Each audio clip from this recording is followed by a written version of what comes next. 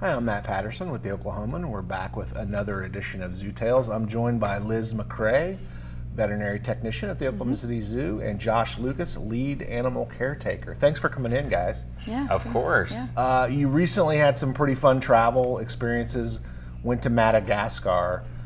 Tell me about what it takes to get to Madagascar, and whoever wants to jump in. So for me, it was 36, actually closer to 40 hours of traveling.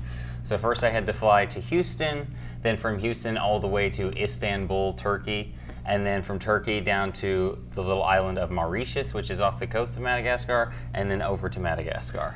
And it's a long trip. We should mention Madagascar is off the east coast of Africa. Yes. Kind of towards the south or midway through the country. Yeah, exactly towards the south. Okay. So if it's a project to get there. Big time. Yeah. And you were there as part of the Turtle Survival Alliance, correct? Talk about what the mission was. Well, in early April, they confiscated over 10,000 tortoises from one house in a town in Madagascar. So it's a lot. It's one of the biggest confiscations ever. So it's a lot of animals to have to then find a placement for and then deal with them. So Turtle Survival Alliance kind of spearheaded an effort through a bunch of zoos in the U.S. I think it was like 20 or 30 zoos to send not only funds but then also send staff to Madagascar to help with the care of the tortoises. What is a radiated tortoise? I mean, I think it's not one that's been exposed to radiation. So. No, and a lot of people think that. So do you want to see one Yeah, for real? sure. Okay, let's do it. So this is a little baby radiated tortoise. And so babies don't actually have the patterning that the name dictates, which I'll show you in just a second. Hang on to Let it. Liz hold the little baby. So the babies are kind of cryptic in their patterning. It helps them blend into the leaf litter, into the floor of the areas that they inhabit. And then we've got,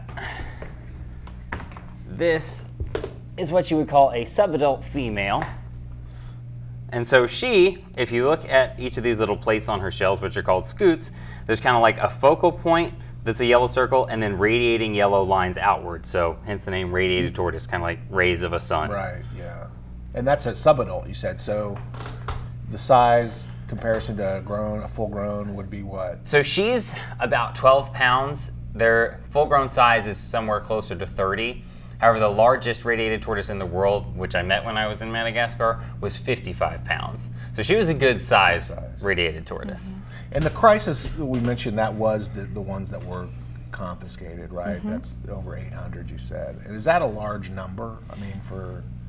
So Yeah. these guys, a lot of people don't realize they are critically endangered. And so even though there were 10,000 confiscated, a lot of people are like, well, 10,000, that's not critically endangered. What's been happening is, so up about 60 years or so ago, there were around 25 million potentially in all of Madagascar. That's the only place in the world you can find them. And then the most recent population surveys suggest maybe there's 1 to 2 million remaining. So to go from potentially 25 million all the way down to what we're at now in such a short amount of time is a huge problem, and it is a big crisis for these animals. And part of the reason is because they're being pulled out of Madagascar in batches of 10,000. And so they think somewhere between 40,000 to potentially over 100,000 tortoises are pulled out a year. And so at that rate, we're going to lose them from the wild in about 20 years' time. And when you say pulled out, what does that mean? I mean, are they being sold? Are they being... So part of it is they're taken from the wild for food in Madagascar. There's some cultures and traditions that like to eat radiated tortoises. And then there's a huge demand in Asia for both eating them and for the illegal pet trade. And then in parts of Europe and the USA as well, the illegal pet trade. So it's possible somebody in Oklahoma City could have one that they're not supposed to. Potentially, yes. Yeah. Are they common in zoos? Is it something that's pretty widespread? A lot of zoos will have like 1 or 2. They are a part of what's called an SSP program. And so there's a pretty big one in the United States for the radiated tortoise. What was your most interesting experience just being in such an exotic place that so few people from Oklahoma probably ever get to go to? I mean, the place is just so unique. I mean, there are so many animals and plants and things that are found only there. You don't find them anywhere else in the world, and so it's just a really unique experience to get to go there and see that, and then to work with this effort. This is kind of a, one of the first big things where it's been a multi-zoo effort to try to go and help with a project like this, and it's really rewarding to get to be a part of it, and you actually feel like you're really participating directly in something to actually try to save a species from extinction. Josh, what are your thoughts? I mean, is this something you've had the chance to do before, or one of the first time? Yes, actually. So after I graduated college, I lived off and on in South America for about 2 years, and I got to do a lot of field work and a lot of conservation work. And usually about once a year I'll go back, and I actually have several amphibian conservation projects that I've established in the rainforests of Ecuador. So I'm used to the field work aspect, but I had never been somewhere as hot or desert-esque as southern Madagascar. And so where my team ended up in the first wave, at least part of our team, was the site of Itampulu, which is the ultimate goal of getting all of the tortoises who were confiscated and brought to the city of Ifati, where a lot of the vet work is being done, getting them moved down to a more permanent site at Itampulu. So down there it was super remote, just super hot desert sun nonstop, and a lot of the time we would actually have to walk from the site where the tortoises were being kept back to the lodge where we were staying, and that was about 3.5 miles just on sand in blazing desert sun. So it's not a luxurious vacation No. by any stretch of the imagination. The beaches are really, really nice though, but it's hot.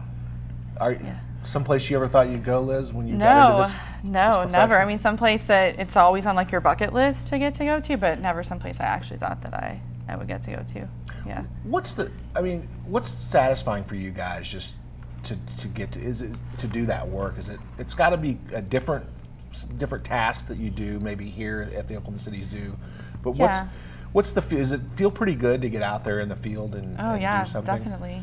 It's one thing to work at the zoo and working with the animals, and I mean obviously a lot of what the zoo does is educating the public about the animals, about what they face in the wild, and so it's one thing to talk about them at work and some of the crises that are happening in the world, and it's a whole other thing to get to go there, experience it firsthand, and really try to work in the effort to fight whatever is happening. It's a whole different experience. Do you find it pretty rewarding, Josh? Big time. So the conservation aspect of it is why I do what I do. It's what I love and kind of what I'm destined to be a part of. And so if our zoo or zoos in general weren't so heavily involved in conservation and in things like this, I don't think I would work at a zoo.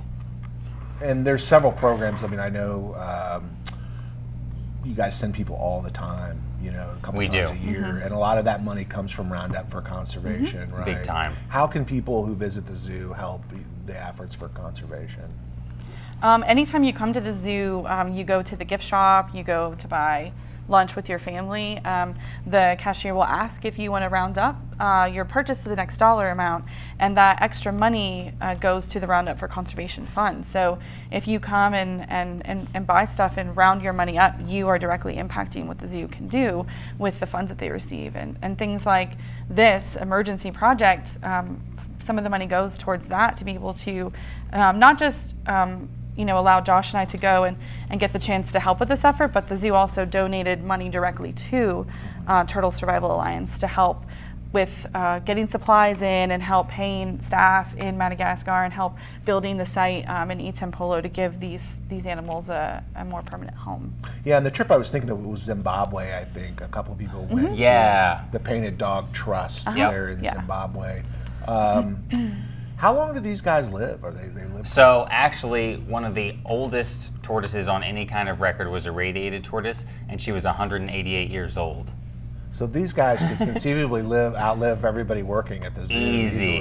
Especially like that guy right there, no problem. Why turtles? Is it just something you guys have always been interested in, or? For me, yeah, and I don't know exactly why, but I've always just been drawn to turtles and tortoises. They're so fascinating. They live so long, just kind of the way they live life, very slow and carefree. They just like to eat and sleep. Yeah. Something very comforting in that. Although they're moving around pretty good here. Yeah, they are. There's a lot going on. Yeah. Do you know, not to put you on the spot, but do you know the oldest turtle at the zoo? Which one? That is Miss B. So she's a big Galapagos tortoise. She's somewhere between the age of 100 and 110. And explain the difference between turtle and tortoise. I think a lot of people like me That's get a that good question. so For the most part, turtles will either have digits kind of like we do, or webbing between digits, or flippers like sea turtles. They'll spend all or part of their life in and near water for the most part. And then tortoises like these guys, big, clunky, more elephant-like feet, not too good for swimming or treading water. They're restricted to the land. Okay, very cool. Well, do these guys have names or? They, the baby doesn't, but my wife calls this one Mary. Mary. I have to get a name for the baby. Yeah, it's only 3 weeks old, so it's got to kind of earn a name. Well, Josh, Liz, and Mary, thanks for coming out today and telling us a little about radiated tortoises. They're pretty cool animals, so thank you. Thank you for having us. You bet.